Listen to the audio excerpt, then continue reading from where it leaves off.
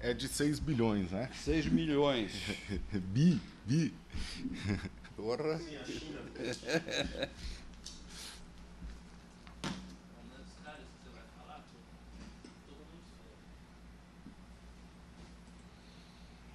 Eu só vou anunciar o próximo no fim, né?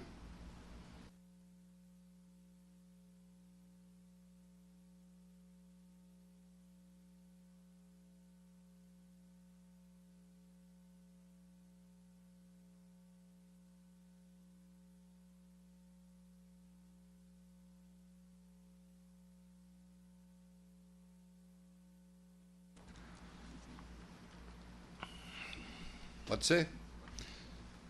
Bom, nós vamos iniciar o ciclo de seminários do Observatório de Inovação e Competitividade, do IEA da USP, apresentando o catch-up nos setores aeronáuticos do Brasil, Índia e China, em perspectiva comparada. O palestrante de hoje é o Demétrio Toledo, que é coordenador executivo do Observatório, é doutorando em Sociologia, é graduado em Ciências Sociais pela Universidade de São Paulo, mestrado também pela USP e atualmente doutorado no programa de pós-graduação em Sociologia do Departamento de Sociologia da Faculdade de Filosofia, Ciências e Letras Humanas da USP. É pesquisador do Centro de Estudos da Metrópole, do SEBRAP, e pesquisador do Observatório de Inovação e Competitividade, do qual é coordenador executivo. Tem experiência na área de Sociologia, com ênfase em Sociologia Política e Análise de Redes Sociais. Atua também em Sociologia Econômica, Estudos Urbanos, Políticas Públicas, Sociologia do Desenvolvimento e, como não podia deixar de ser, estudos sobre inovação. Eu sou José Carvalheiro, colaborador do Observatório.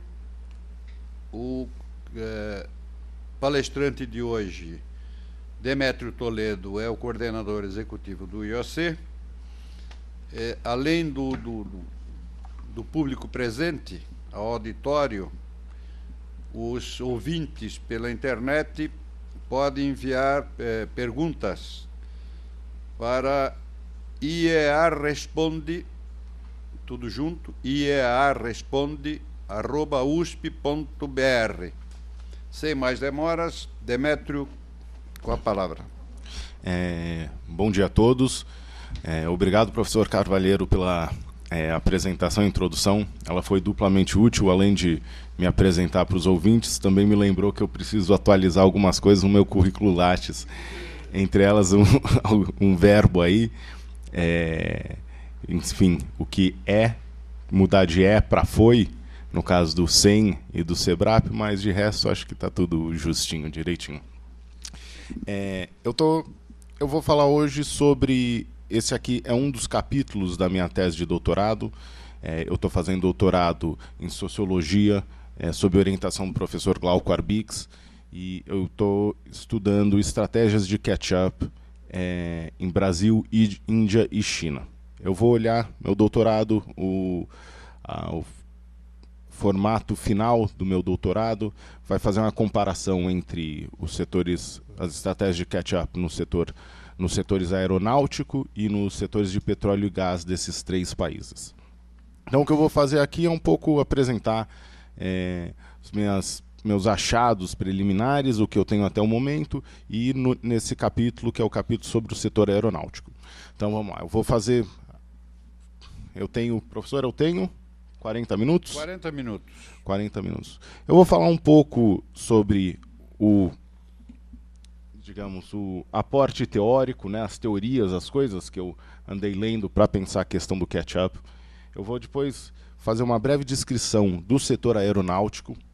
Depois eu vou entrar um pouco para falar dos casos estudados, né? Na verdade, vou me deter um pouco mais nisso.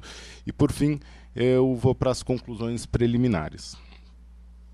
Preliminares porque ainda há um pouco, eu ainda tenho um pouco de tempo para terminar meu doutorado, para defender, ainda há um pouco de pesquisa, coisa a acrescentar, tal, mas por hora, para levantar a discussão aqui, acho que o que a gente tem já está de bom tamanho. Então vamos lá. Então, teoria. A questão, em primeiro lugar, quer dizer, eu me situando no contexto, na discussão mais geral, eu estou olhando do ponto de vista dos estudos sobre inovação para a relação entre conhecimento e desenvolvimento. Na verdade, digamos, o campo mais geral, a definição mais geral, mais abrangente possível que eu poderia dar para o que eu faço é estudos sobre desenvolvimento. Eu tenho descendo, especificando um pouco mais, saindo dessa coisa mais geral, abrangente e sendo mais específico, eu me situo na área dos estudos sobre inovação, com um interesse especial no papel do conhecimento sobre o desenvolvimento econômico. Tá? Então, teoria que vou beber em 3 autores, principalmente, que são os autores que trabalharam com a ideia de catch-up. O que é catch-up? Dizendo muito sucintamente, catch-up é um tipo específico de política de desenvolvimento industrial. A ideia de uma política ou de uma estratégia de catch-up é acelerar e muito o desenvolvimento de um setor, tirando esse setor de um ponto muito, muito incipiente, muito infante, e levando esse setor que está sendo objeto dessa estratégia de catch-up, dessas políticas, até um ponto bastante avançado. Nesse sentido, as estratégias e as políticas de catch-up, elas se diferenciam de algumas outras estratégias e políticas. Por exemplo, catch-up não é uma política não é em si, ou não é primordialmente uma política de competitividade, de aumento de competitividade. Ela é muito mais abrangente e ela vai ter implicações sobre a competitividade do setor, mas ela é muito mais ampla do que isso. Uma política de catch-up, ela tenta sanar as deficiências de um setor inteiro. Então ela vai incidir vai ter política para recursos humanos, política para desenvolvimento industrial e tecnológico, política de comércio exterior. Então, as políticas e estratégias de catch-up são bastante mais amplas do que, por exemplo, as políticas voltadas simplesmente à competitividade. Política de aumento de competitividade, em geral, é feita em setores maduros, em setores avançados, que por algum motivo precisem de um empurrãozinho a mais. A política de catch-up ela é muito, muito maior que isso. Também não é, por exemplo, a política de catch-up também não é uma política de adensamento de cadeia produtiva. Ela pode ter o efeito de adensamento da cadeia produtiva do mesmo modo que ela pode ter um efeito sobre a competitividade de um setor. Mas ela não é primordialmente uma política de adensamento da cadeia produtiva. Ela é muito mais uma política de criação de um setor quase do zero. Então, esse é um pouco o quadro geral da ideia de catch-up e vamos ver agora as coisas mais específicas. Então, tem uma ideia que é fundamental quando a gente pensa catch-up, que é a ideia de fronteira tecnológica. A ideia de fronteira tecnológica ela é uma ideia teórica, né? É difícil definir essa ideia empiricamente, mas a fronteira tecnológica é, digamos, o ponto ótimo em termos de eficiência da produção e da produtividade de uma determinada tecnologia. Então, qual que é a fronteira tecnológica de um setor? A fronteira tecnológica de um setor é aquele ponto em que os recursos, os fatores empregados estão sendo mais bem utilizados e têm a maior intensidade em conhecimento e em tecnologia. Quando a gente pensa um pouco na ideia de fronteira tecnológica, a gente consegue fazer um gradiente em relação onde cada setor, cada empresa, cada país está em relação à fronteira tecnológica. Então, a ideia de uma política de catch-up, em termos muito sucintos, é acelerar o desenvolvimento de um setor de modo a reduzir a distância desse setor, ou do país, ou da firma, o que seja, em relação à fronteira tecnológica. O primeiro autor, e esse talvez seja o mais fundamental em termos de ter lançado o debate, é o Abramovitz. Moses Abramovitz, ele é autor de um texto seminal de 1986, o título do texto é Catching Up, Forging Ahead and Falling Behind. É claro que a gente poderia voltar fazer uma genealogia dessa ideia do catch-up, voltando muito mais. Se a gente pensar, por exemplo, lá no século XVIII, os trabalhos do Friedrich List sobre a indústria infante e a necessidade de políticas industriais para permitir que uma indústria ou que um setor nascente se desenvolvam até o ponto em que eles possam abrir mão de políticas de apoio. Ou seja, então é uma ideia muito parecida, né, com essa de que você forma um setor e você leva esse setor até próximo da fronteira tecnológica. A gente poderia traçar essa discussão, levar para trás essa discussão uns 200 anos. Não é o caso, e não sei se a gente aprende muito indo tão longe assim, então prefiro ficar com os autores mais recentes e, em certo sentido, mais relevantes. O texto do Abramovitz, a ideia básica dele é a seguinte: ele está examinando os estudos sobre convergência de níveis de renda e de níveis de produtividade. E ele se depara com a seguinte situação. Por um lado, você tem, quando o conjunto de países que ele trata, Europa, basicamente América do Norte, os países têm uma certa convergência, no sentido de que os níveis de produtividade e, consequentemente, os níveis de renda desses países, eles convergem para um ponto em comum. Eles diminuem, portanto, a distância que há entre esses países. Mas ele repara também que nem sempre que ao longo da história, vários países lideram essa questão da produtividade, os níveis de produtividade. E eles vão se alternando. Não é sempre o mesmo país. Para o período e para o conjunto de países que ele olha, ele vai pegar a Inglaterra, a Grã-Bretanha e os Estados Unidos, mostrar como eles se alternam, vai mostrar como no final da década de 70, começo de 80, o Japão aparece com força. Então ele se depara com uma espécie de paradoxo, de pergunta central, que é: pois bem, há sim uma certa convergência, mas nem todos convergem no mesmo ritmo, na mesma velocidade ao mesmo tempo. Alguns convergem mais rapidamente. Alguns aceleram tanto o seu desenvolvimento, o aumento do nível de produtividade de renda, que eles chegam a ultrapassar outros países. Ele vai examinar essa questão, ele vai lançar uma ideia que é fundamental, que é a ideia das vantagens do atraso. A ideia das vantagens do atraso ela trata basicamente do potencial para incorporar tecnologias e formas institucionais mais avançadas em um país atrasado. Ou seja, quando você tem um país que está mais distante da fronteira tecnológica, esse país dispõe de mais, ele potencialmente pode mobilizar tecnologias maduras e que estão mais disponíveis para ele, no sentido de que ele não precisa desenvolver e não precisa repetir toda a trajetória de outros países para atingir aquela tecnologia madura. Ele pode adquirir aquela tecnologia, ele pode trazer especialistas, técnicos, engenheiros, cientistas de fora. Então ele pode, com um país mais atrasado, se por um lado os níveis de produtividade e de renda dele e a distância da fronteira tecnológica são muito grandes, ele tem com isso a possibilidade, e é um potencial, né, depende de uma estratégia, depende de políticas, mas ele tem um potencial de tirar esse atraso e de alcançar, de chegar mais perto da fronteira tecnológica.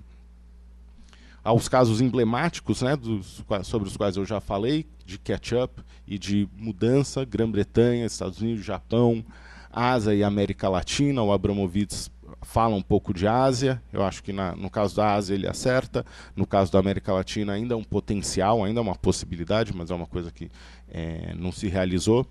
E ele vai dar uma ênfase especial na ideia das social capabilities, que são as instituições que permitem implementar estratégias de catch-up. Nesse primeiro momento, a ideia de catch-up está muito ligada à ideia de catch-up de uma nação, de um país. Vai ser só em 1990, 91, em que essa ideia de catch-up vai ser incorporada à reflexão sobre a firma. O trabalho aí é Cohen-Leventhal, Absorptive Capacity e New Perspective on Learning and Innovation. E esses dois autores, eles vão retomar a ideia do Abramovitz, mas agora olhando para a firma. e vão mostrar, entre outras coisas, a importância de fontes externas de conhecimento para firmas, setores e países, a importância da imitação, a importância dos processos de aprendizagem e a importância de uma firma ter capacidade de reconhecer o valor de informações novas e externas, assimilá-las e aplicá-las a fins comerciais. Eles dizem que é uma questão crítica para as capacidades inovativas dos países. Então, eles vão pegar a ideia do Abramovich, que estava referida a país e nação, e vão jogar para a firma e vão acrescentar ou vão mobilizar algumas palavras, algumas ideias que depois, na década de 90, viraram ideias centrais dos estudos sobre inovação. Aprendizagem, processo de aprendizagem, a importância de imitação em relação à inovação, não só a importância da inovação em si, mas a imitação como estratégia possível de acelerar o desenvolvimento tecnológico e industrial de um país, e a questão das fontes externas. A ideia, talvez a ideia mais importante, mais original desses dois autores aqui, seja a ideia de capacidades absortivas, que é a ideia de que, em relação à distância, a capacidade absortiva ela é maior quanto maior a distância da fronteira tecnológica. Então é uma ideia análoga à ideia do Abramovich sobre as vantagens do atraso. Significa, uma firma que queira aproveitar uma tecnologia subótima, essa tecnologia é mais barata e ela pode dar um salto em relação ao ponto em que ela está. Ela não tem que refazer toda a trajetória novamente de desenvolvimento de uma tecnologia.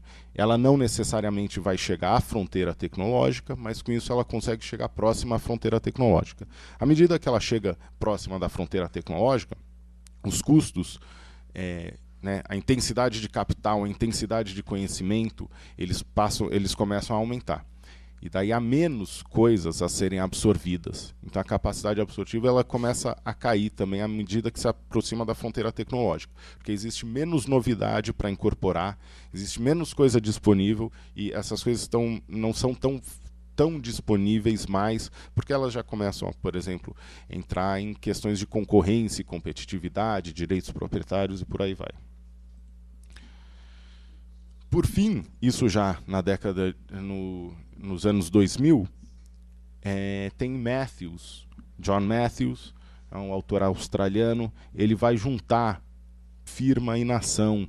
Em certo sentido, ele vai juntar Abramovich e Cohen Leventhal para falar sobre o catch-up. Ele vai trabalhar com algumas ideias centrais. Uma das fundamentais é a ideia de latecomer firms and countries. São os países que são os entrantes tardios e que podem se valer das vantagens do atraso, mobilizando conhecimentos externos para reduzirem sua distância da fronteira tecnológica. Ele vai ter 3 ideias fundamentais, que é a ideia de estabelecimento de laços, alavancagem de recursos e aprendizagem. Então ele define as estratégias de catch-up bem-sucedidas como aquelas que são capazes de estabelecer laços entre países e firmas, de modo a, por exemplo, conseguir tecnologias que não estão disponíveis para uma firma. Ela pode conseguir essas tecnologias estabelecendo laços com outras firmas ou institutos de pesquisa, o que quer que seja. A ideia de alavancagem de recursos tem a ver com isso, que é como uma firma, como uma empresa ou um país consegue mobilizar recursos que não estão diretamente disponíveis para ela.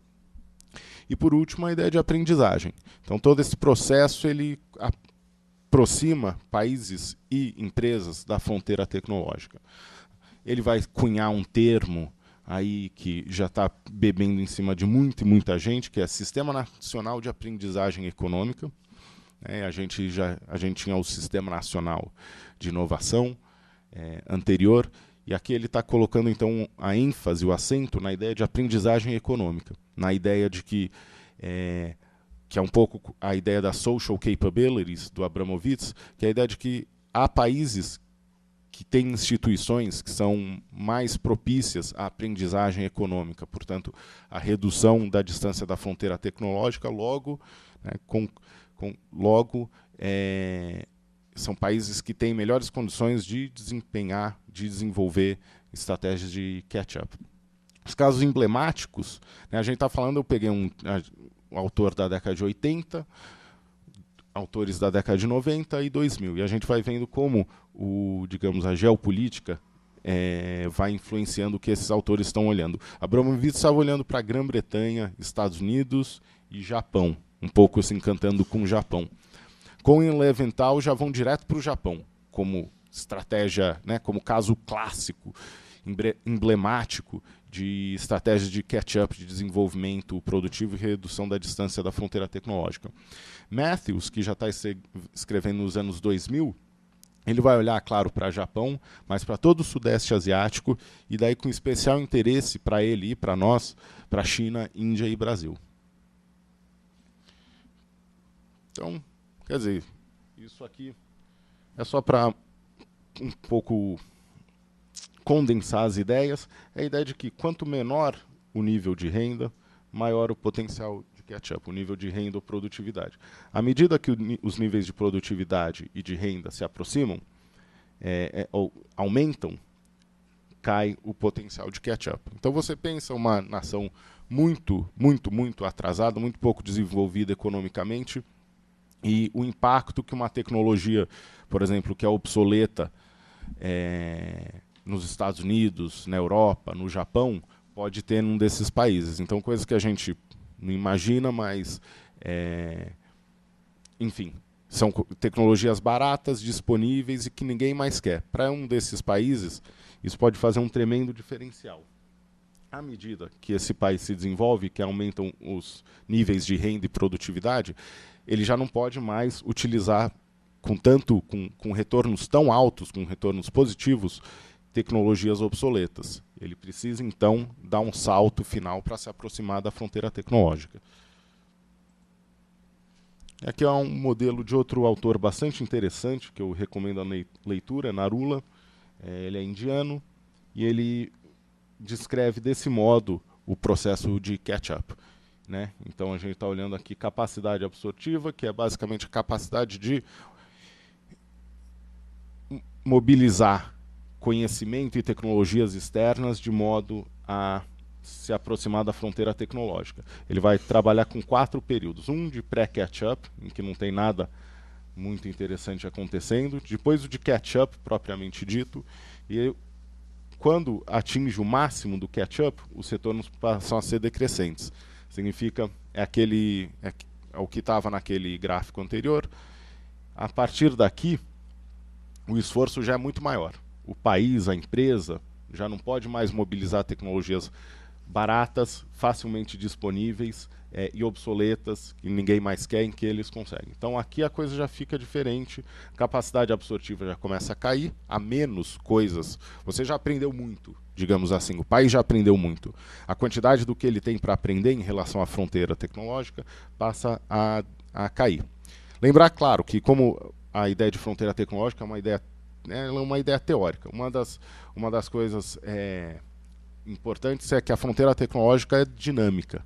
Ela está sempre em movimento, não é uma coisa que a gente acha, ou que um geógrafo vai lá e risca no chão, e a fronteira tecnológica vai até aqui, depois. É uma ideia, é uma forma de pensar, um modelinho para ajudar a gente a pensar. Então, é isso, quer dizer, para resumir, o catch-up é um evento cuja probabilidade é diretamente proporcional à distância da fronteira tecnológica, significa quanto mais distante da fronteira tecnológica, maior a probabilidade de realizar o catch-up, né? Mais conhecimento, mais tecnologia disponível para mobilizar, mas é decrescente essa relação. Né? À medida que se aproxima da fronteira tecnológica, o potencial começa a cair. O potencial de catch-up é inversamente proporcional ao nível inicial da renda, significa quanto menor a renda, maior o potencial de catch-up. Ele é dependente da trajetória pregressa, né? Path dependence, a ideia de que o que as instituições e as trajetórias econômico-institucionais e tecnológicas são determinantes. Ele tem um forte componente de estratégia, o que nós sociólogos chamamos de agência, que é uma ação social orientada à transformação estrutural. E as estratégias e resultados variam de acordo com o estágio de catch-up. Então, aquele gráfico do Narula, o que ele mostra é um pouco aquilo, que o que funciona em um momento da trajetória da estratégia de catch-up não necessariamente funciona nos momentos seguintes. Isso vale tanto para tecnologias quanto para instituições e políticas. Vamos falar um pouco, muito rapidamente, do setor aeronáutico, para depois a gente se deter no, digamos, no filé mignon. Tá? 20 minutos. Perfeito, professor. Então aqui, esse é um pouco, digamos, o setor aeronáutico, é a história do setor aeronáutico.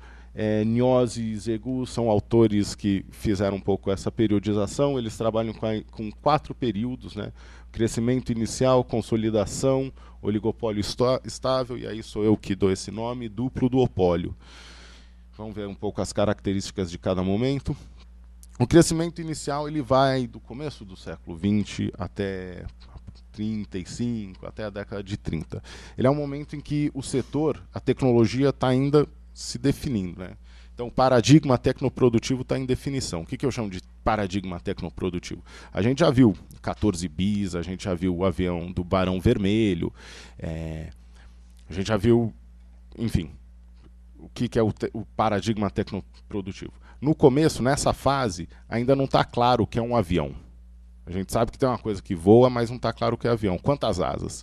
3, 2 ou uma asa, como são os modelos atuais? Onde fica o motor? O motor fica na frente, fica atrás? A fuselagem é feita de que material? E quem faz? Como está organizado o setor? Então esse é um momento ainda que as coisas estão se definindo. Ele é marcado por produção em pequena escala, as empresas são semi-artesanais, elas trabalham muito no esquema make to order, né? Vai alguém lá, eu quero um avião, faz um avião para mim, eles fazem. As encomendas privadas predominam, e o learning by doing é, digamos, o modo mais importante de desenvolvimento tecnológico, mais do que aquilo que a gente conheceu mais tarde como P&D, essa coisa, P&D, empresas intensivas em P&D. Nesse momento, o learning by doing é digamos, a questão fundamental. Na consolidação, a gente já tem a estabilização do paradigma tecnoprodutivo, quer dizer, o avião passa a ter uma asa apenas. Uma asa, né, os engenheiros aeronáuticos, engenharia aeronáutica, a asa é um conjunto inteiro. Então a gente, né, 2 asas que a gente chama de modo não preciso, os engenheiros chamam de uma asa, por isso que tem o biplano, o triplano e o monoplano. Então, começa a se definir, a posição dos motores começa a se definir, as fuselagens em alumínio passam a ser predominantes, as compras governamentais começam a ter importância. Isso aqui é depois da Primeira Guerra Mundial, em que se viu a eficiência do avião como arma de guerra, e vários países começam então a desenvolver forças aéreas. Fuselagem metálica, enfim, e daí, em vez de learning by doing, que predominava no momento anterior, a gente já tem uma intensificação do P&D. O oligopólio estável é um momento que se segue à Segunda Guerra Mundial. Domínio de grandes empresas norte-americanas e europeias. Aqui, pela primeira vez, as questões de economias de escala passam a ser predominantes. As encomendas militares atingem seu máximo. Por último, nisso que eu chamo de duplo duopólio, é o momento em que o setor aeronáutico está hoje. A gente tem cadeias globais de valor, né? O setor passou por uma reestruturação patrimonial muito violenta nas décadas de 80, 90 e 2000. Tem muita fusão e aquisição, mas não só fusão e aquisição, teve falência, pura e simplesmente, empresa fechando, e uma desverticalização muito intensa das empresas do setor de modo geral, e do que a gente chama de OEM, que é Original Equipment Manufacturer, que são as grandes empresas que são integradoras de sistemas, são essas que a gente conhece. Boeing, Airbus, Embraer, Bombardier, para ficar com as mais famosas, que são as que constituem esse duplo duopólio. Por que eu chamo de duplo duopólio? Porque as empresas, as 4 empresas, elas têm produtos muito diferentes. Boeing e Airbus, aviões maiores, também tem aviões menores, mas elas dominam os aviões maiores, mais de 150 assentos, e os aviões intermediários, aí em torno na faixa de 70, 120, 150 lugares no máximo, esse setor é dominado pela Embraer e pela Bombardier. Então, o que caracteriza esse momento duplo duopólio são as cadeias globais de valor, né? A desverticalização fez com que as OEMs elas passassem a recorrer a comprar sistemas e componentes de fornecedores espalhados pelo mundo. Essas relações são feitas por acordos de parceria ou compartilhamento de riscos entre a OEM e os desenvolvedores. Então, com isso, o risco associado à inovação é transferido da OEM, que é quem está na ponta da cadeia, para os fornecedores. Você tem as 4 grandes OEMs que dominam esse duopólio. Você tem o surgimento de um produto novo, na década de final de 90, começo de 2000, que são os jatos regionais. Até então, a aviação regional era feita por equipamentos turbohélice. Você vai ter os painéis da OMC, vários grandes painéis, várias grandes disputas, Airbus e Boeing, e Embraer e Bombardier, painéis em torno de subsídios e da legalidade e legitimidade dos subsídios concedidos pelos respectivos países para essas empresas, e, enfim, internacionalização e relocalização das empresas no setor. Só que eu não sei se vocês conseguem ver, mas é só para a gente ter ideia de quando as coisas começam a surgir. Então a gente tem essa aqui, Gallaudet Engineering Company, ela em 1952 vai virar General Dynamics. Avro, alguns aqui, os mais velhos, ainda devem ter visto uns Avros voando. Fokker, 1912. Rolls-Royce, produtora de motores, 1914, quando ela começa a fabricar motor de avião. Boeing, 1916. Lockheed, atualmente Lockheed, 1916 também. De Havilland, Pratt Whitney. Todos esses, né, De Havilland OEM, produzia integradora de aviões. Pratt Whitney até hoje fornece, é uma das poucas produtoras de motores, junto com a Rolls-Royce e algumas outras. Então, entrar nesse setor não é uma tarefa fácil. Você vê aqui, está todo mundo na década de 10 e 20 do século passado. A Embraer é criada em 1969. Então, dá para ver que é um mercado, é um setor bastante estabelecido, né? Características, muito rapidamente. O avião é um produto complexo, intensivo em tecnologia, intensivo em capital. Ele tem um elevado risco financeiro, é uma coisa do tipo ou vai ou racha. Desenvolver um avião custa algumas centenas de milhões de dólares. Não é uma coisa, não é como uma cor que a gente lança, uma nova cor para moda outono e inverno e que não pegou. Daí depois do outono e inverno tem primavera, verão e a gente tenta de novo uma cor e toca o barco. Aqui, se você tentar desenvolver um avião e não der certo, você quebra a empresa legal. Isso aconteceu várias vezes. O retorno dos investimentos não é imediato, né? E hoje cada vez mais o setor opera através de leasing, então prazos muito estendidos para recuperar o investimento, e há grandes flutuações da demanda. Por exemplo, 2011, os ataques de 11 de setembro, eles fizeram com que a aviação despencasse no mundo inteiro. Outras características: o ciclo de desenvolvimento do produto é bastante longo, de 5 a 10 anos em média. O ciclo de vida do produto é longo também, significa você desenvolve um avião agora, e esse avião, quando ele começa, você vende, o cliente vai usar esse avião por 20, 30, 40 anos, esse avião ainda vai estar bom para voar. Então também, comparando com a moda outono e inverno, você não vai trocar de novo o avião porque apareceu uma cor mais legal, esse tipo de coisa. A mão de obra é altamente qualificada e o ambiente regulatório de certificação é muito, muito rigoroso. Já falando agora sobre as estratégias que os países Brasil, China e Índia vão adotar. tem basicamente 2 modelos de transporte aéreo nas próximas décadas em que as empresas estão apostando. Você tem um que a Airbus faz basicamente essa aposta, que é o de hubs globais servidos por aviões de grande porte, aviões muito grandes, conectados por jatos regionais na faixa de 90 a 100 assentos. E o outro é o modelo em que Boeing, Bombardier, Embraer, a chinesa CAC, a russa Sukhoi, a japonesa Mitsubishi apostam que são voos diretos entre cidades conectados por jatos regionais de 100 a 150 assentos. Então, ponto a ponto.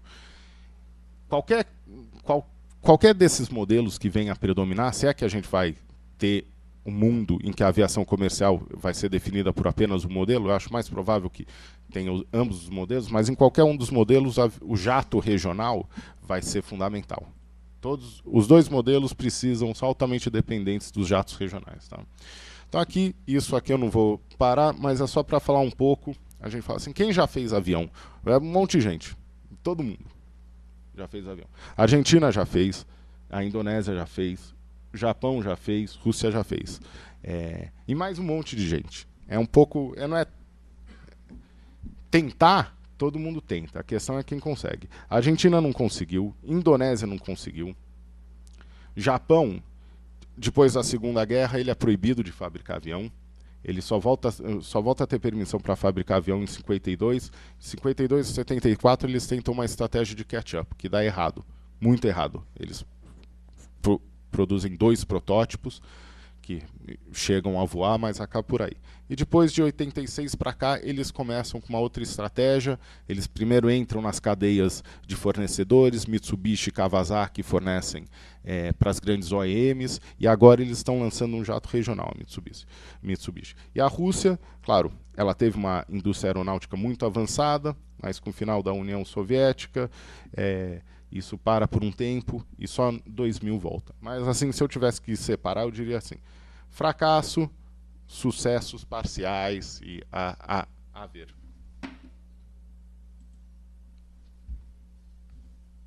Vamos lá, os casos estudados.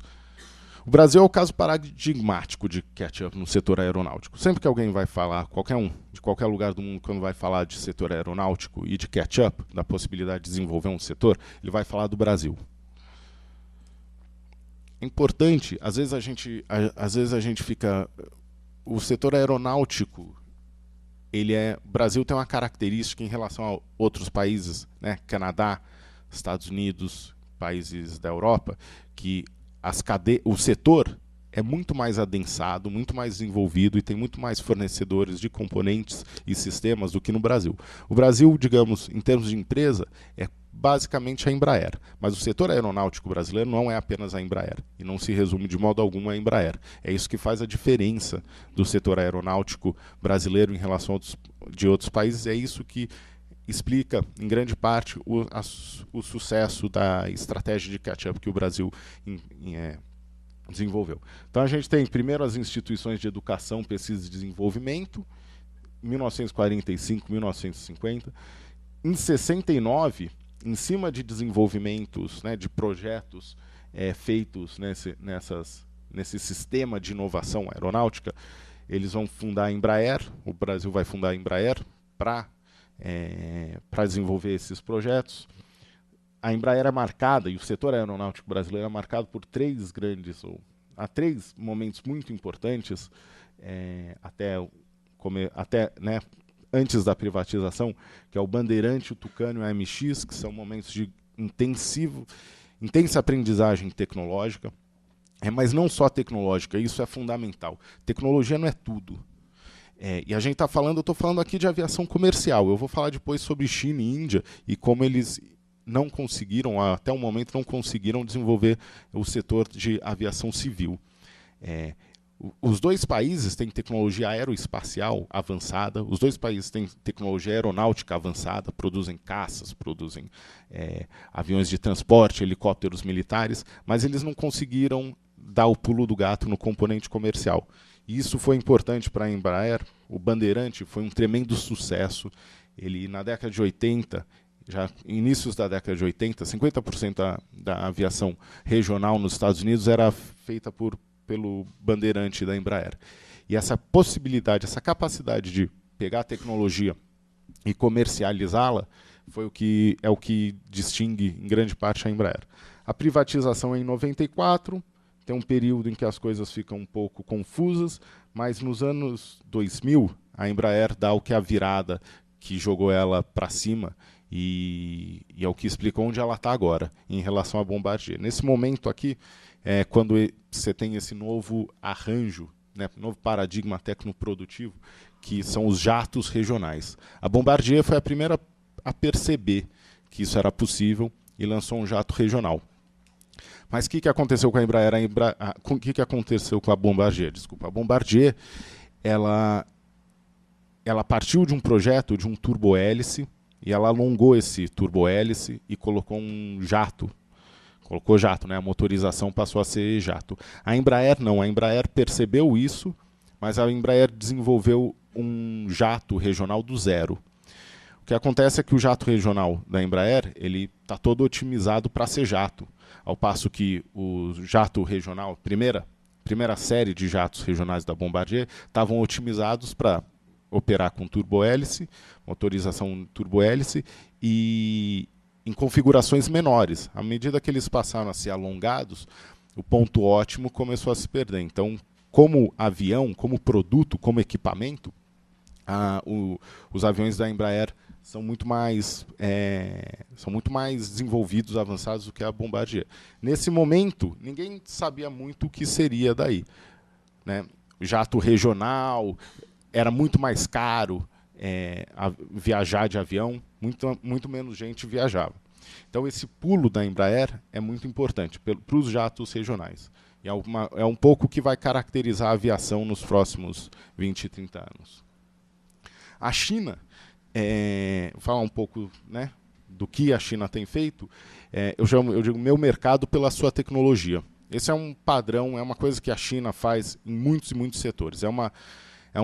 Uma das características fundamentais das políticas industriais chinesas é essa ideia de que eles abrem um mercado se as empresas forem produzir lá e compartilharem tecnologia, conhecimento em algum grau.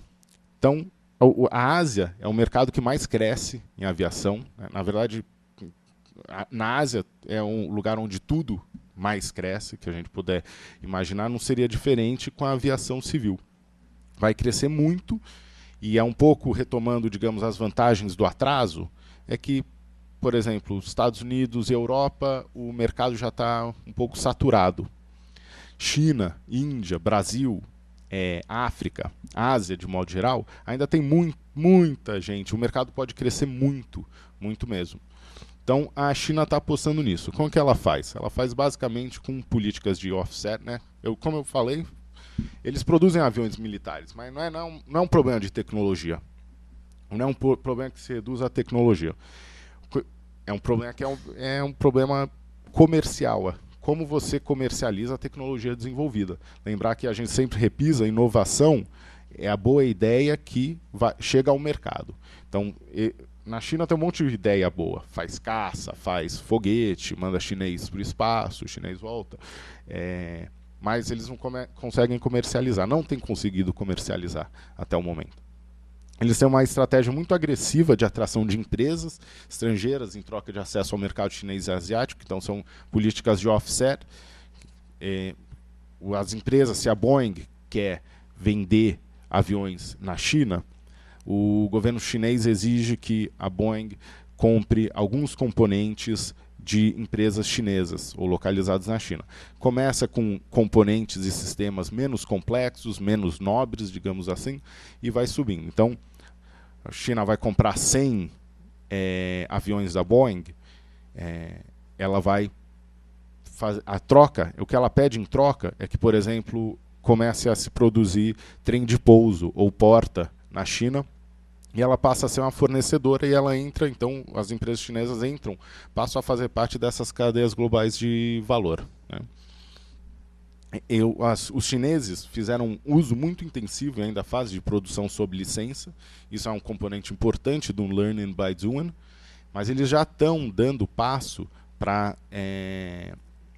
produzir seus próprios aviões. Eles já têm um avião voando, um jato regional da Comac, ele é feito em cima do modelo, baseado no modelo do McDonnell Douglas 90, mas eles estão desenvolvendo também o ARJ, Asian Regional Jet 21, que será a princípio um jato regional para o mercado doméstico e que eles esperam que em 10 ou 15 anos esse jato possa competir com os jatos regionais da Bombardier e da Embraer. A China tem também um sistema setorial de inovação muito complexo, mas muito disperso, com muitas instituições operando e nem todas muito bem coordenadas.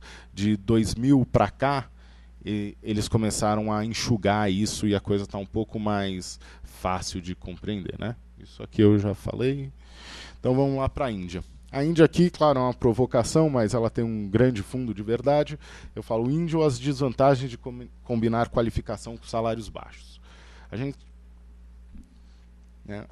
A Índia, que nem a China, produz aviões militares, mas não teve ainda sucesso na aviação comercial. Ela tem uma indústria antiga, né, tem a HAL, a Hindustan Aircraft Limited, que é de 1940, produziu muitos modelos sob licença, chegou a produzir, a ter projetos próprios. Ela tem uma avançada tecnologia aeroespacial, mas ela não conseguiu ainda dar o salto para ter uma empresa produzindo, seja aviões, né, ou integrando sistemas, OEM, ou mesmo fornecedoras de sistemas e componentes. Até 2001 o setor era monopólio estatal.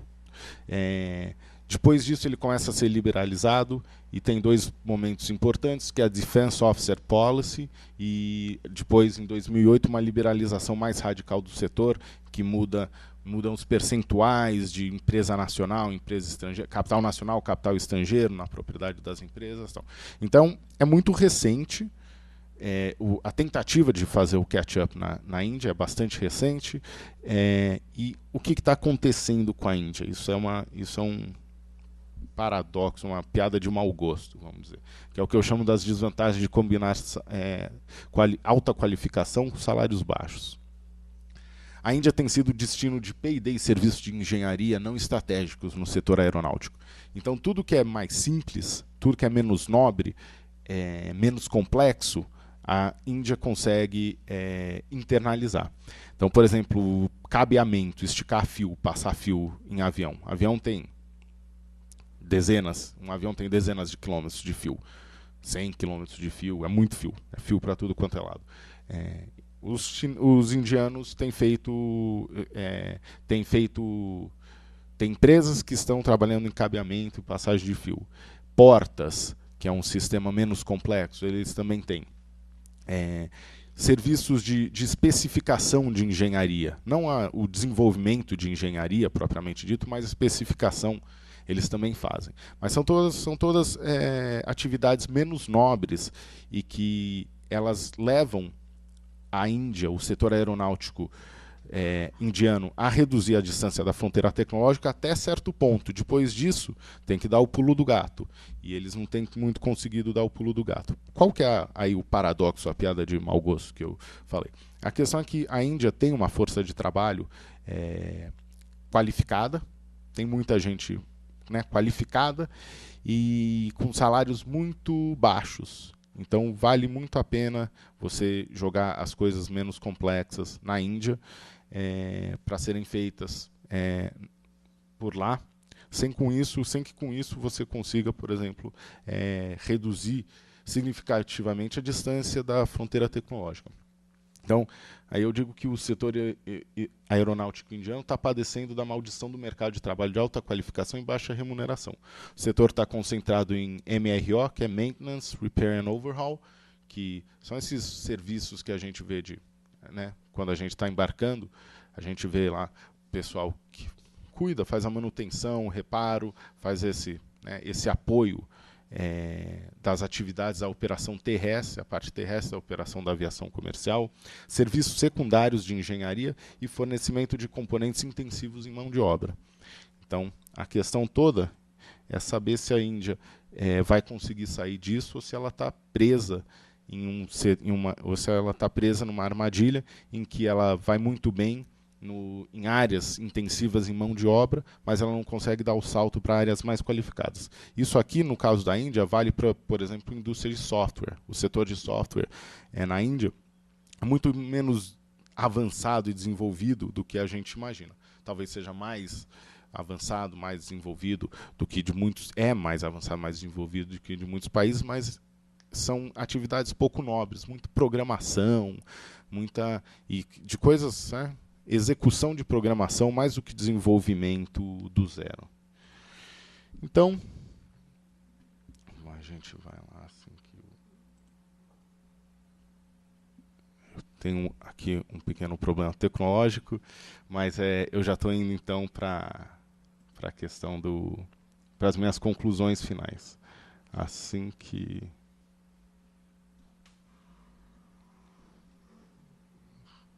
conclusões preliminares que eu chamei, né? Então, vamos lá. Pois bem, conclusões preliminares para a gente levantar uma discussão. Não sei se vocês estão conseguindo ver, o Cadu está fechando os olhos lá, mas a gente... Então, primeira questão. Tecnologia é apenas parte do problema. Vários países têm tecnologia aeronáutica avançada, tecnologia aeroespacial, que não é o mesmo que aeronáutico, mas que tem grandes sobreposições e que tem um nível de complexidade, tem escalas de capital, de conhecimento muitíssimo altas, mas tecnologia não é tudo. Não, o componente comercial é determinante. A melhor tecnologia de nada vale se ela não for comercializável. Isso é o que aconteceu, por exemplo, na Argentina, é o que aconteceu na Indonésia, em que muitas vezes bons projetos avançados tecnologicamente, projetos inovadores, não foram para frente porque era muito coisa digamos, de engenheiro. Isso dizem que vale até para a Embraer. Dizem, pelo menos o pessoal da Embraer fala assim, até a década de 90 a gente tinha muito foco na engenharia, fazer um baita produto, um baita equipamento bom, mas a gente não tinha muito uma noção de mercado, de comercialização. Então, às vezes, as relações custo-benefício no desenvolvimento de um produto não eram levadas em consideração, ou não eram prioritárias. Então, você gastava um baita dinheiro para ter uma tecnologia excelente, mas uma tecnologia que não era viável comercialmente. Ninguém estaria disposto a pagar os custos do desenvolvimento daquilo. O ambiente institucional ele precisa ser o mais completo possível, né? E aí, completo, eu estou pensando, pelo menos, em formação de recursos humanos, institutos de P&D, né, de pesquisa e desenvolvimento, agências de certificação e regulação e empresas. Isso aqui é muito importante. Empresa. Vários países atolaram no momento de comercializar seus produtos, porque eles não dispunham de empresas capazes de, com conhecimento, com capacidade para comercializar os produtos. A Embraer foi criada justamente para isso. Já havia produção de aviões no Brasil, inclusive de projetos desenvolvidos no CTA, mas precisava ainda de alguém, de uma empresa, de uma instituição, um organismo que fosse capaz de comercializar aquilo tudo. Certificação é fundamental, certificação e regulação. Não é só montar o avião e sair voando. Você tem que certificar esse avião em diversas agências nacionais, autoridades nacionais de aviação civil. Os aviões, por exemplo, eles precisam receber certificação para operar aeroporto a aeroporto. Não existe uma certificação genérica geral. Quer dizer, existe uma primeira que garante a qualidade do processo de produção, a segurança dos componentes, mas depois disso, para pousar em Cumbica, precisa de uma certificação para pousar em Congonhas, outra. Então, o processo é bastante complexo e delicado. A Indonésia tinha um excelente projeto que ela desenvolveu com a espanhola CASA, mas ela não tinha uma autoridade, ou pelo menos os americanos alegavam que a Indonésia não tinha uma autoridade nacional de aviação civil independente, que, portanto, ela não poderia certificar os produtos dela, e esse avião que a Indonésia desenvolveu em conjunto com a espanhola CASA levou muito mais tempo do que o avião espanhol para chegar no mercado. Isso matou o avião. Os espanhóis já estavam vendendo os aviões, enquanto os indonésios estavam correndo atrás da certificação. Não conseguiram nos Estados Unidos, conseguiram depois na Grã-Bretanha, mas aí já era meio tarde. De qualquer jeito, eles conseguiram vender bastante o avião na Ásia. Mas a questão é que não deu certo. E daí, assim, isso aqui é importante, ninguém está parado. Na próxima década, a China, a Rússia e o Japão vão desafiar o monopólio Embraer Bombardier em jatos regionais. Então, todos esses países estão desenvolvendo jatos. A Mitsubishi tem um MRJ, que é um avião de 70 a 90 lugares. A Rússia está olhando um pouco mais para cima, aviões até 150 lugares. E, por fim, a China. Também a China está entre 90 a 150 e tal. Existe um hiato, um gap de aviões varia aí, mas mais ou menos, vamos dizer, de 70 a 120 lugares. Tem muito pouco equipamento, ainda tem pouco equipamento operando na faixa de 70 a 120 lugares, então o que tem sido feito estão utilizando equipamentos maiores, mas que operam abaixo da capacidade ótima deles. Então está todo mundo olhando para essa faixa de 70 a 90. E por último, políticas de catch-up são caras e arriscadas. A decisão de empreender uma estratégia de catch-up deve ser pesada contra outras alternativas. A política de catch-up, como eu disse, não é uma política que pode ser feita pontualmente, como seria uma política de adensamento produtivo ou uma política de aumento da competitividade. Ela tem que atacar o problema de todos os lados. Você tem que formar recursos humanos, né? Por exemplo, esse foi um dos problemas que a Argentina e a Indonésia enfrentaram. Não tinha formação de recursos humanos na escala necessária. Ela tem que ter um processo, agências de regulação e certificação, isso matou esse projeto da Indonésia. Ela tem que ter empresas, ela tem que ter, isso, por exemplo, a falta de empresas, ou a predominância de empresas estatais ou de empresas pouco eficientes, é um pouco o que atrasa a China e a Índia. Uma das empresas chinesas, que agora ela está com mais foco, tem um core business tal, mas ela produzia de jatos militares a bicicletas. Ela chegou a ter mais de 500 mil funcionários, produzindo tudo. Então é difícil você ser competitivo no mundo em que você tem empresas pequenas. A Embraer hoje tem 17.500 empregados no mundo todo. É difícil, e tem um core business, que é avião, jato regional, executivo e defesa, tem os produtos, alguns poucos produtos de muita qualidade, tem todo o ambiente de formação de recursos humanos, de pesquisa e desenvolvimento, tem mercado, tem marca. Fica difícil por exemplo, para a Índia, em que um monopólio estatal do setor terminou há 11 anos, ou que a China, você tem a empresa que faz avião, faz jato e faz bicicleta, e tem 500 mil funcionários. Fica difícil competir se você não tem uma empresa, com as características de uma empresa moderna, competitiva e tal. Então, é muito difícil executar uma política de catch-up, é caro e é arriscado, o risco é muito grande, pode não dar certo. E também a política de catch-up, acho que é um pouco como a questão do desenvolvimento de um avião. Ou vai ou racha. Não dá para você fazer ela parcialmente. Não, mas vamos fazer uma empresa? Não funciona. Tem que ter a empresa, tem que ter a universidade formando recursos humanos, tem que ter a agência regulatória, institutos de pesquisa e desenvolvimento, por aí vai. Se fizer pela metade, não é certeza de insucesso, de fracasso. A questão é que se fizer completamente, também não é garantia de sucesso. Mas enfim, é um tipo clássico de política de desenvolvimento e que eu acho que voltou à moda, pelo menos no setor aeronáutico, em vários países. E a gente vai ver ainda muita coisa por aí. É isso, obrigado. Obrigado, Demétrio. Inicialmente, eu quero te cumprimentar pelo brilhantismo da exposição. Fazer a pergunta formal, no caso, ela é quase dispensável. Você é o coordenador executivo do observatório. Em todo caso, a pergunta formal é se você permite que seja utilizado o direito de imagem desta exposição para ser colocado no site do IEA. Tem que responder. Eu permito, com o maior prazer, sim, eu aceito. Obrigado, Demétrio.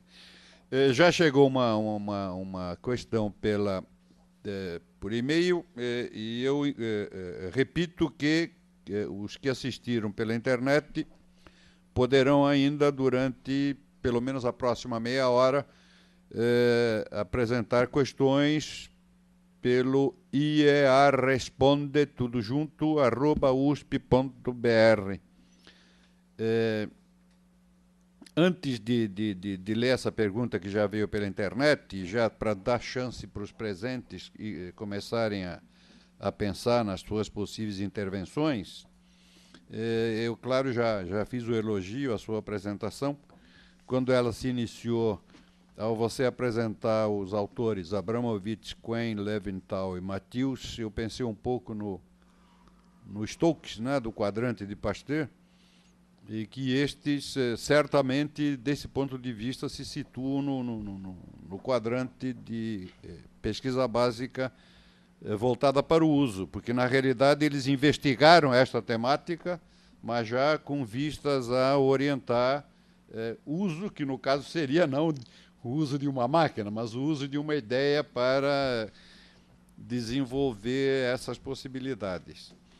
E o que eu gostaria, enquanto você falava, evidentemente que, pela minha inserção no setor de saúde, eu fui começando a fazer a possível transposição entre o que seria um catch-up na área da saúde, não é, comparado com o que você estava dizendo aqui. E especialmente levando em conta que nós temos uma necessidade importante, pelo menos no setor de medicamentos e fármacos, de nos compararmos com Índia e China, não é? Então é importante que a gente pense nisso. Mas eu gostaria que você, talvez, eu acho que seria interessante, o que me ocorreu te apresentar como uma sugestão de enveredar por esse terreno, é verificar até que ponto você acha que, quando na política de desenvolvimento produtivo se levou em conta essas ideias de catch-up ao definir as chamadas áreas portadoras de futuro, não é? Uma delas é a indústria básica, a indústria de chips, de softwares, e a indústria de medicamentos, não é? Só que na indústria de medicamentos pensou-se fundamentalmente na biotecnologia, não é, como portadora de futuro, na medida em que nós estamos muito atrasados nos fármacos de síntese, mas que teríamos uma janela de oportunidade Enfim, talvez, se você puder fazer alguma consideração a respeito, que me ocorreu, que evidentemente quem formulou a PDP, a Política de Desenvolvimento Produtivo, ao formular quais eram as áreas portadoras de futuro, possivelmente pensaram um pouco nessas ideias do que é o catch-up. Bom, isso, se você quiser avançar nesta minha... E já vou fazer a leitura da pergunta que veio pelo e-mail. É o Leonardo que fez a pergunta. Olá, Demétrio, quero parabenizá-lo pela apresentação. Pergunta parece ser uma questão chave: como o Estado se relaciona com as empresas para o sucesso das estratégias de catch-up. No caso do Brasil, houve uma opção pelo modo empresa público-privada. Você acha que este é o caminho? O modelo sempre envolve a criação de uma empresa pública? Todas são interrogações, né? Se este é o caminho público-privado, sempre envolve a criação de uma empresa pública. Qual a importância deste aspecto para setores concentrados, tipo aeronáutico, e para setores dispersos? Agradecido, Leonardo. Eu repito que quem quiser fazer perguntas por e-mail é iearesponde, tudo junto, @usp.br, com a palavra Demétrio, enquanto a plateia fica pensando em possíveis intervenções. Obrigado, professor. Obrigado, Léo. Vamos lá. Primeiro, um pouco a cozinha da pesquisa, né? Aquelas coisas que a gente nunca eu sempre trato. Eu acho que é uma espécie de autoanálise muito saudável e acho útil para os mais novos também. Não que eu seja tão velho assim, mas para quem está vindo. Questão dos fármacos. Inicialmente, nossa ideia, minha e do meu orientador, Glauco Arbix, professor Glauco Arbix, é que eu fizesse também a comparação com o setor de fármacos. O setor de fármacos é simplesmente fascinante, porque ele tem, primeiro, uma importância social muito grande e ele vai bater numa questão fundamental, que é eu falei do bem-estar econômico e social, minha definição de desenvolvimento é aumento do bem-estar econômico e social. E o setor de fármacos pega uma coisa chave, que é o bem-estar físico-biológico das pessoas e a própria possibilidade das pessoas poderem ou não desfrutar do aumento do bem-estar social e econômico pelo fato de estarem ou não vivas. Então essa é a primeira questão, ela é há uma urgência política para pensar sobre isso. Mas por ter essa urgência política, eu vi também que o acúmulo de conhecimento, de discussão, de produção sobre o assunto era muito grande e estaria um pouco acima das minhas forças aqui no doutorado. Então quando a gente olhar, tem o pessoal da saúde pública e epidemiologia, trabalha com isso. Economistas trabalham. Advogados trabalham.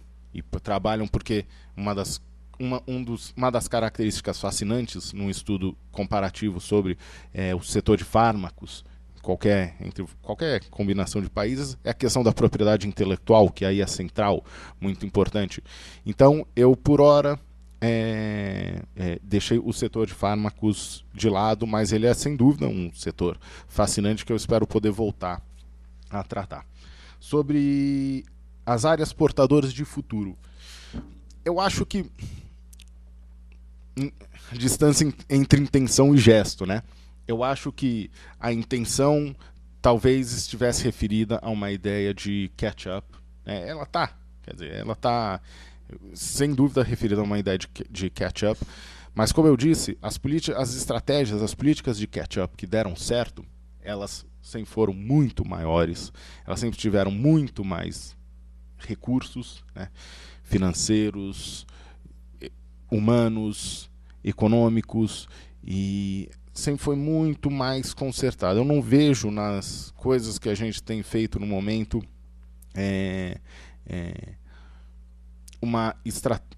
algo que pudesse qualificar essas políticas como políticas de catch-up, no sentido de que elas atuariam em todos os fatores, todos os componentes que determinam o sucesso de um setor. Então, a gente tem coisas que ainda estão muito dispersas, né?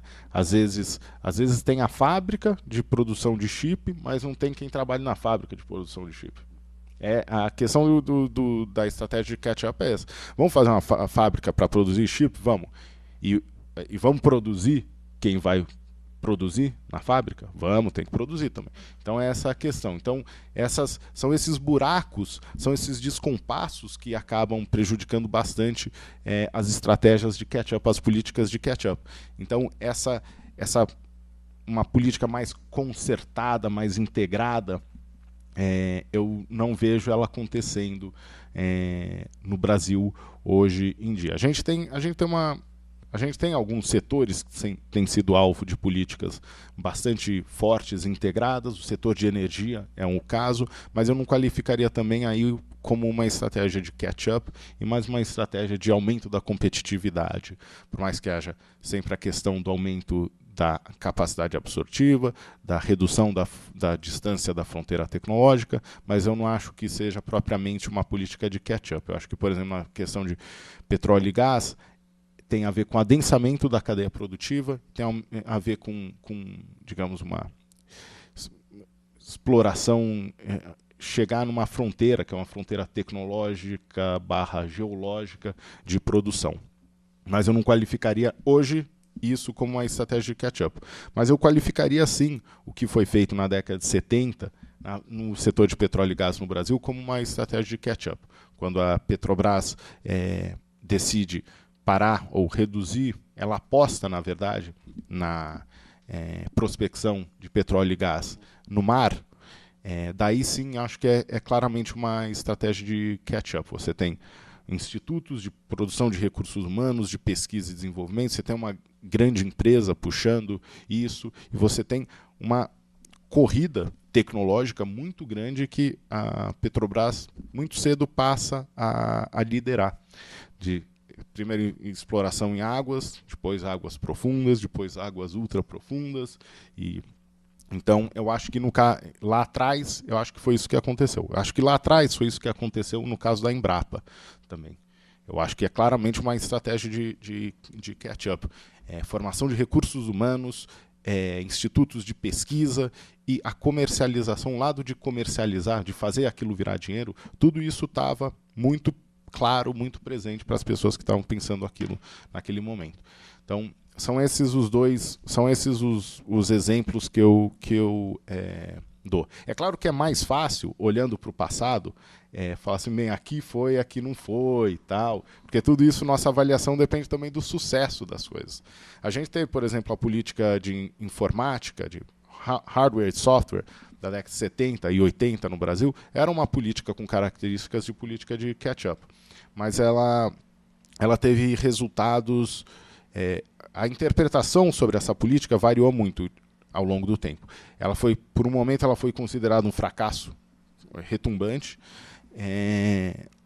mas hoje em dia acho que a gente tem uma interpretação um pouco mais equilibrada, em que a gente consegue ver os acertos, que não foram muitos, talvez os erros tenham sido maiores, mas a gente consegue hoje olhar para essa política e compreendê-la de modo equilibrado. Eu acho que é também uma política, foi também uma política de catch-up, mas que não teve os resultados esperados. Sobre o Léo, obrigado pela pergunta, Léo. Como o Estado se relaciona com o setor aeronáutico? Bem, esse é um setor, ele é muito parecido nesse sentido com o setor de petróleo e gás. O Estado, o governo, é fundamental nesse setor. Ele é fundamental por vários motivos. Primeiro, pela escala de capital envolvido. Desenvolver um avião custa 300, 500, 600 milhões de dólares, é muito dinheiro. 1 bilhão é muito dinheiro. E esse dinheiro só vai voltar para a empresa num horizonte de 30 anos, 40 anos. Se voltar, é muito comum que não volte. É muito comum. Então, esse é um dos fatores que faz com que o Estado tenha uma presença muito grande no financiamento de pesquisa, de desenvolvimento, cobrindo custos cujo retorno é baixo. Então, a questão de P&D, tem uma parte do P&D que o retorno está muito longe. P&D competitivo, pesquisa e desenvolvimento competitivo, às vezes está muito longe e às vezes não dá em nada. P&D pré-competitivo, tem que fazer, tem que saber como um determinado componente, como um determinado sistema se comporta, se é possível fazer ou não, é uma aposta. Então isso dá ao Estado um papel muito grande. O segundo e fundamental, talvez até mais do que essa questão da escala de capital envolvida e da necessidade, escala de capital, e eu acrescentaria a escala de conhecimento também, porque uma empresa sozinha, por maior que seja, ela não consegue ter todo o P&D e toda formação de recursos humanos, P&D, laboratórios. Nenhuma empresa no mundo consegue fazer isso sozinha, então ela é dependente do Estado. Então essa é a questão, intensidade de capital e de conhecimento, e aí o Estado acaba desempenhando um papel muito grande, mas tem a segunda, e que é clássica, que a gente sempre lembra, que é a relação da indústria aeronáutica com a indústria de defesa e com a indústria aeroespacial também, com o setor aeroespacial. E daí os governos, os Estados são muito, muito importantes. Toda empresa, quase todas as grandes empresas do setor aeronáutico, sejam elas OEMs, as integradoras finais de sistemas, desenvolvedoras integradoras de sistemas, como Airbus, Boeing, Bombardier, Embraer, quanto as empresas que fornecem motor, fornecem outros componentes, elas têm uma relação muito forte com a área de defesa. E muito dinheiro, grande parte do orçamento dessas empresas vem da indústria de defesa. A Embraer mesmo sempre foi forte em defesa e agora ela resolveu, inclusive, tem uma unidade de negócios para a defesa, a Embraer Defesa, e então ela está apostando nisso, porque senão fica difícil competir com uma empresa que não está só vendendo jato executivo e jato para linhas aéreas, mas além disso está abocanhando contratos gigantescos da ordem de dezenas de bilhões de dólares com governos, e tudo isso, essas coisas escapam muito da OMC. Então fica complicado que o negócio tenha retorno, que o negócio dê dinheiro, se você fica só nesse componente civil, comercial. A pergunta sobre se sempre envolve criação de uma empresa pública, se isso é necessário, eu acho que, bem, não envolve sempre. Né? Existem casos, isso tem muito a ver com os modelos econômicos institucionais dos países. Em alguns lugares isso foi muito forte. Na Indonésia, Brasil, na União Soviética, evidentemente, esse componente foi muito forte. Na Rússia, até hoje é forte. No Japão, a tentativa de desenvolvimento na década de 60 e 70 ela seguiu muito o padrão, ela é muito parecida com o que a gente lê sobre política industrial no Japão em outros setores.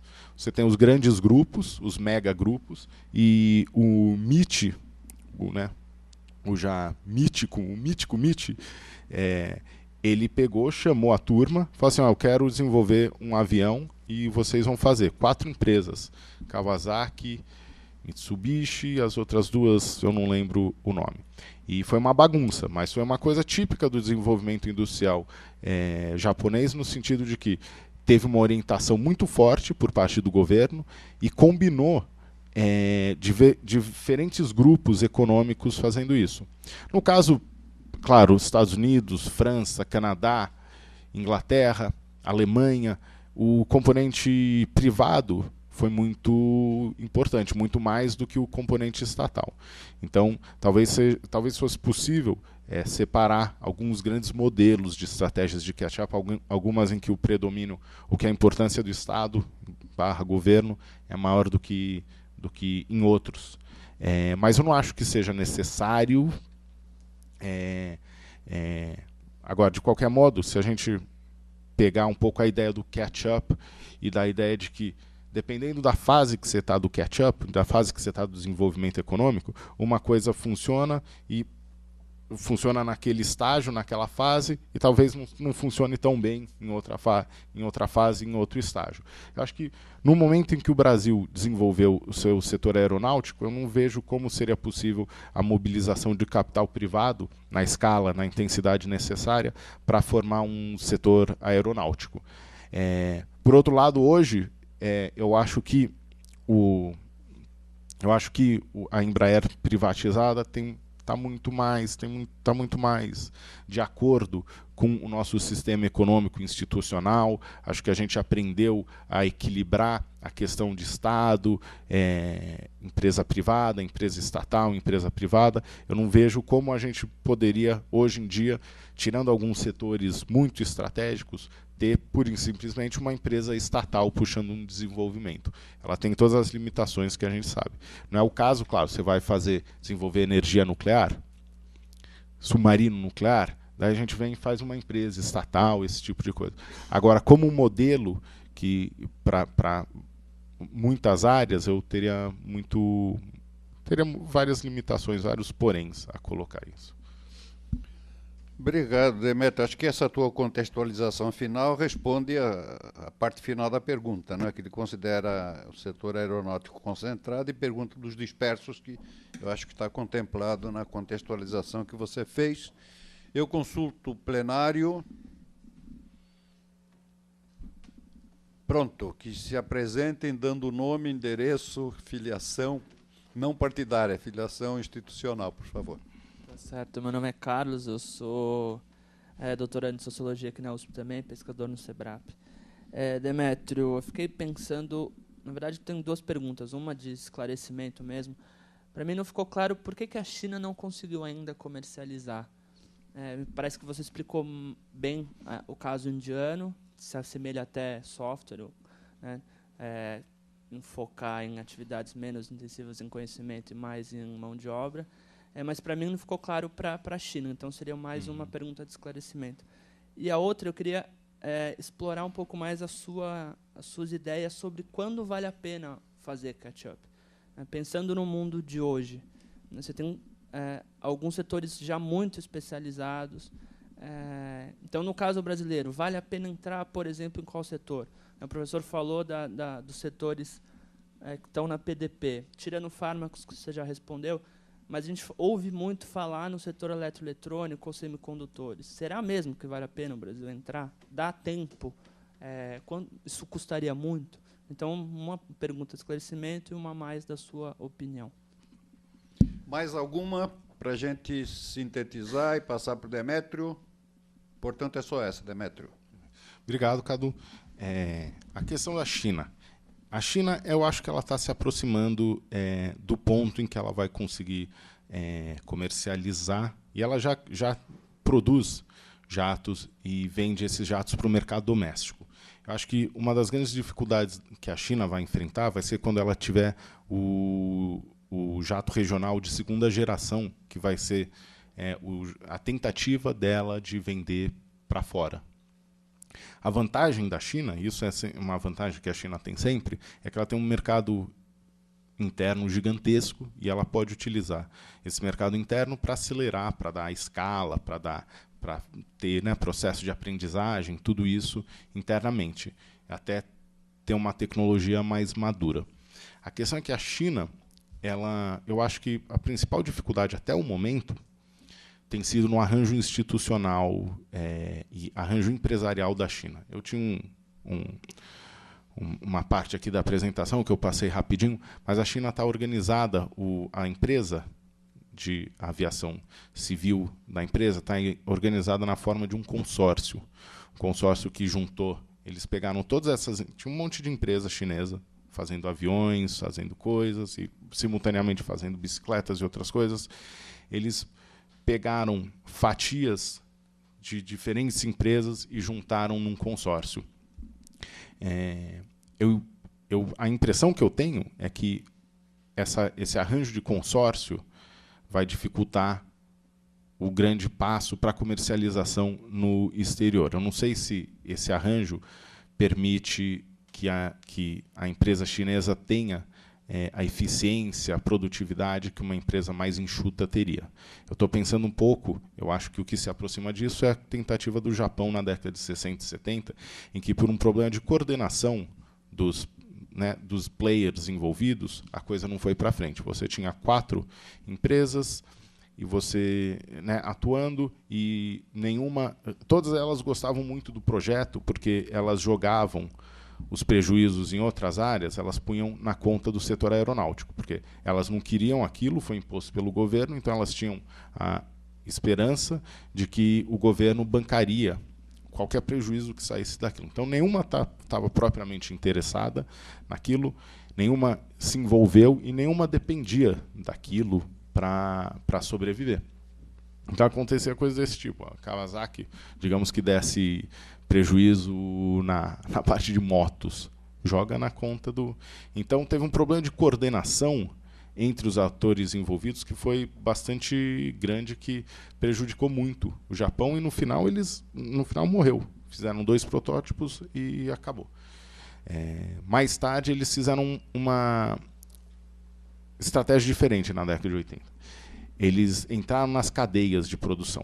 Então, a Mitsubishi passou a fornecer. A Mitsubishi é fornecedora de partes em material compósito. Então, asa, fuselagem, tudo isso que é o futuro da aviação vai sair. A gente vai sair, está saindo da fuselagem em alumínio e vai passar para compósitos. A Mitsubishi fornece, é grande fornecedora para a Boeing, e ela já tem o seu jato todo em materiais compósitos.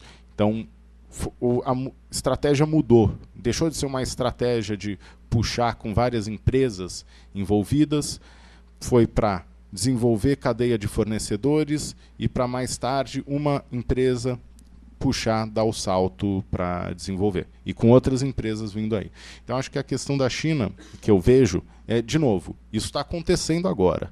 Não é que conseguiu ou não conseguiu. Até agora tem tido sucesso, mas eu acho que as questões sistêmicas, institucionais da China e o arranjo que eles montaram, eu acho que isso vai dificultar muito o que eles forem fazer depois. Novamente, já deram uma bela enxugada no setor. Tá? As empresas já começam a ter maior foco, já estão mais concentradas no core business, e é possível que esse processo continue. E que, então, talvez daqui a 10 anos a gente tenha uma empresa chinesa de aviação, né, uma OEM, uma Original Equipment Manufacturer, bonitinha, redondinha e tudo. Uma das questões é o seguinte, é um mercado, é um setor em que não adianta muito você querer ter tudo no seu país, né, desenvolver toda a cadeia no seu país. Você tem que ter um espírito um pouco mais, digamos, internacionalista e mobilizar a cadeia mundo afora. Isso não é uma tarefa fácil de ser feita, e acho que ela sendo feita por uma empresa estatal, semi-estatal, complica ainda mais. Eu acho que empresas privadas têm mais facilidade em dar esse salto, tem menos pressão política para comprar de fornecedores locais, que não adianta. O cara te entrega uma coisa que não funciona, isso não adianta. E não é que o carro vai parar, é que o avião vai parar. E quando o avião para, se ele não está com as 4 patas no chão, ele cai bonito. Então, talvez essas questões, né, a cara que o setor tem hoje, altamente internacionalizado, muito dinâmico, com parceria de compartilhamento de risco entre as empresas, talvez isso seja uma dificuldade para a China. Eu vou, de novo, eram as conclusões preliminares, eu te agradeço, porque eu também não tenho muito claro isso. Eu espero que, para o final do ano, quando eu for defender, eu tenha uma resposta um pouco mais, assim, que eu posso dizer em uma palavra ou duas. Você perguntou também sobre o que valeria a pena. É uma boa pergunta. O que valeria a pena em termos de estratégias de catch-up no Brasil? Eu acho que tem algumas coisas que são inescapáveis. Eu acho que esse, digamos, macro setor das tecnologias de informação e comunicação, eu acho que não tem como a gente ficar de fora. Eu acho que ele é muito central para o desenvolvimento industrial, desenvolvimento econômico-social do presente e do futuro. Eu não vejo um outro paradigma tecnoprodutivo, como chama a Carlota Pérez, não vejo outro paradigma tecnoprodutivo nas próximas décadas. Então, acho que o Brasil precisaria entrar nesse macro setor das tecnologias de informação e comunicação. A questão é, que setor? Microeletrônica? Computação? O que em computação? Comunicações? Ou a gente vai abrir aí uma fronteira que é a fronteira aeroespacial, né, com a parte de comunicações, de imageamento, de controle, por exemplo, de mudança climática. Tudo isso está nesse paradigma tecnoprodutivo das tecnologias da informação e comunicação. Eu acho que não tem como a gente ficar de fora disso. Eu já não sei de outros, assim, não sei, assim, eu teria dúvidas em outros, porque eu acho que o caminho é esse. O caminho é dar um salto. Você tem que dar um salto. Você tem que acelerar. Você tem que sair da curva, né, que estava bonitinho lá. Você tem que acelerar muito. Mas não é fácil acelerar muito. Então, o que talvez devesse ser feito? Trabalhar em cima, pegar alguns setores promissores e alguns setores que já tenham essas características, já sejam mais completos. Então, produção, né, recursos humanos, pesquisa e desenvolvimento.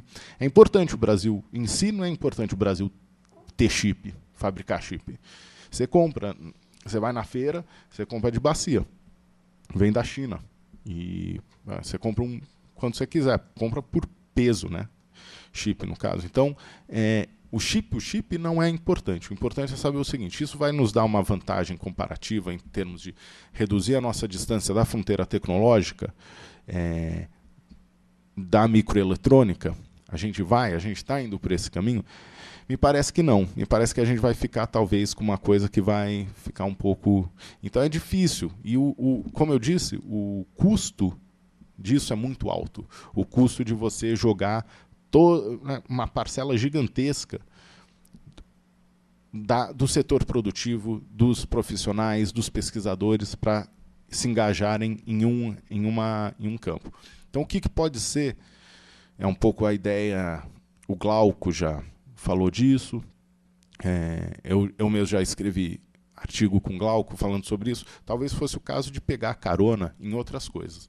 Eu acho que, de repente, a gente pega carona no petróleo e gás, que vai puxar muito a gente, e daí talvez a gente pudesse identificar alguns setores em que valesse a pena, de fato, ter uma estratégia de catch-up. Então, por exemplo, petróleo e gás, a gente tem, o setor está desenvolvido, está dividido basicamente em empresas petroleiras e parapetroleiras. A petroleira produz, né, explora, acha, explora, tira o petróleo e gás do fundo do mar. As parapetroleiras fornecem equipamentos, máquinas, tecnologia, conhecimento para exploração. A gente tem o nosso setor, ele tem uma grande empresa petroleira, gigantesca, a Petrobras, mas é muito fraco em termos do setor parapetroleiro. E esse setor parapetroleiro é muito intensivo em conhecimento, em tecnologia, em coisas desse tipo. Então, talvez seja o caso de identificar algumas áreas e apostar nessas áreas, pegando carona no petróleo e gás, que já está aí. Então, a ideia é basicamente assim, vamos pegar carona no que está aí e acelerar algumas coisas específicas. Mais alguma? Eu não posso deixar de observar, quando o Demétrio começou a analisar o desenvolvimento e falou dos pioneiros do crescimento inicial, do início do século passado, a gente não pode deixar de mencionar, claro, o Santos Dumont, não é? E com aquelas coisas que foram se construindo, né? 2 asas, voar de rabo, não é? Coisas do tipo. Mas algumas coisas que persistem, não é? Quer dizer, voar continua a ser uma atividade arriscada, não é? E, portanto, mantém-se, ao que eu saiba, a ideia que ele introduziu de ler uma lista de coisas que tinham que estar acontecendo e alguém responder, não é? Isso persiste até hoje. Parece que o piloto e o copiloto fazem essas perguntas e respostas antes de decolar. E a supersticioso como era o Santos Dumont, ele inventou uma escada que hoje se chama Escada Santos Dumont, não é? Que exigia, né? O degrau era a direita, a esquerda, a direita, a esquerda. Então, você pisava no último degrau com o pé esquerdo, de tal maneira que você tivesse que entrar no avião com o pé direito, né? São coisas que não se podem esquecer aqui. Mas, especialmente essa da lista. Eu acho que essa lista persiste. Eu convido a todos para o seminário da próxima semana, 11 horas, dia 28 de maio. O expositor será Vanderlei Salvador Bagnato, que é o coordenador da Agência USP de Inovação. E o tema será as novas perspectivas da Agência USP de Inovação. Eu agradeço aos que nos ouviram pela internet, agradeço aos que estiveram presentes, mas agradeço, sobretudo, ao Demétrio pela exposição que fez. Eu agradeço pelo convite. Obrigado. Isso aí. E vamos entrar nas